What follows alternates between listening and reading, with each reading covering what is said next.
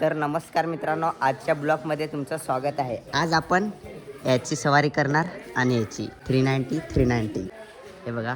तर आपण आता इथून निघणार आहे खडखड डॅमवरती। तर गाईज आपण आता कोळसेपाड्यापासून इथून निघत आहे।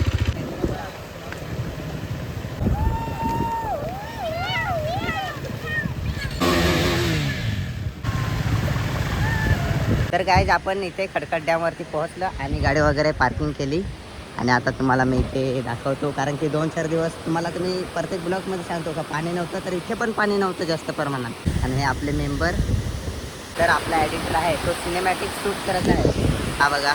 आणि दीपक, तुला इथे येऊन कसं काय वाटलं? आपल्या गावासमोरचंच आहे तर कसं काय वाटलं? आपल्या गावासमोरचं आहे तर अजून बरं वाटलं। कारण की आपल्या गावाच्या आसपासचं आहे ना, तर मला वाटलं काय तुला नाही बरं वाटणार। हा बघा सिनेमॅटिक शूट करत आहे। हे लोकेशन आहे ना, हे जवळपासून 11 ते 12 किलोमीटर आहे आणि 24 ते 25 मिनिटाचा रस्ता आहे। इथून लोक मुंबई, पुणे वगैरे बाजूबाजूचे येतात, भरपूर लांबून। आता याच्यामुळे माझा आवाज तुमच्यापर्यंत येतो का नाही ते नाही माहीत। हे गाईज पाणी आहे ना, हे पाणी कुठे जातं तर बघा हे इकडे जातं आणि याच्या खालती पण एक वॉटरफॉल्स आहे, तो पण एक नंबर व्ह्यू आहे बघण्यासाठी। परंतु याचा रस्ता कुठं आहे, इकडनं गेले का इथून असं अर्धा किलोमीटर आहे, त्याच्या खालती तिथून हे लोकेशन दिसतं एकदम। त्याच्या खालती पण अजून आहे डोमझरा, तुम्ही नाव तर ऐकलं असेल।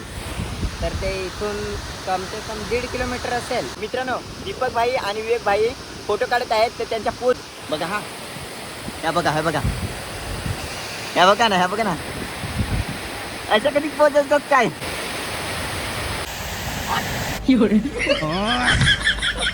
दीपकचा सिनेमॅटिक शूट चालू आहे आणि हे बघा आता ते शूट करतील ना, आपण मध्ये जाऊ आणि डिस्टर्ब करू।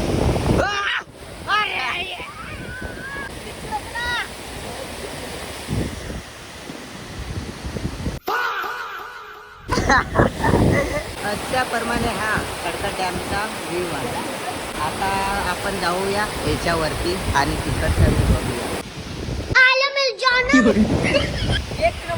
दीपक बोलतो आय लव्ह फिलिंग।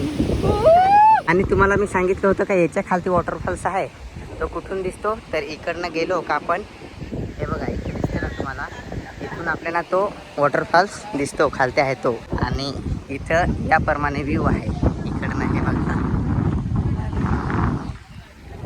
हे बघा। आता बघू, हा आपला एडिटर तो नेहमी सिनेमॅटिक शूट करतच असतो। समोर जाऊन बघूया, आता तरी हात पाय धुऊ।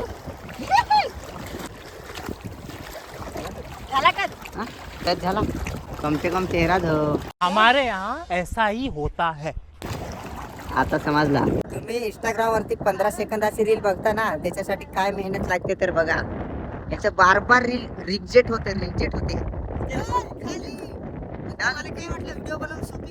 तर गाईज इकडचा तुम्ही सर्व व्ह्यू बघितला आणि खालती व्ह्यू बघितला, झाला का तुमचा? संपला का नाही अजून? अजून हो सांगतो, मिलियन किलो व्हिडिओ जातात। तो व्हिडिओ मध्ये आला ना, मिलियन वरती नाही जा, 0 वर चटकतात। आपलं फिरून वगैरे सगळं झालं, तर फायनली गाईज आपण आता निघतो घरी आणि साऊंड ऐकव ना।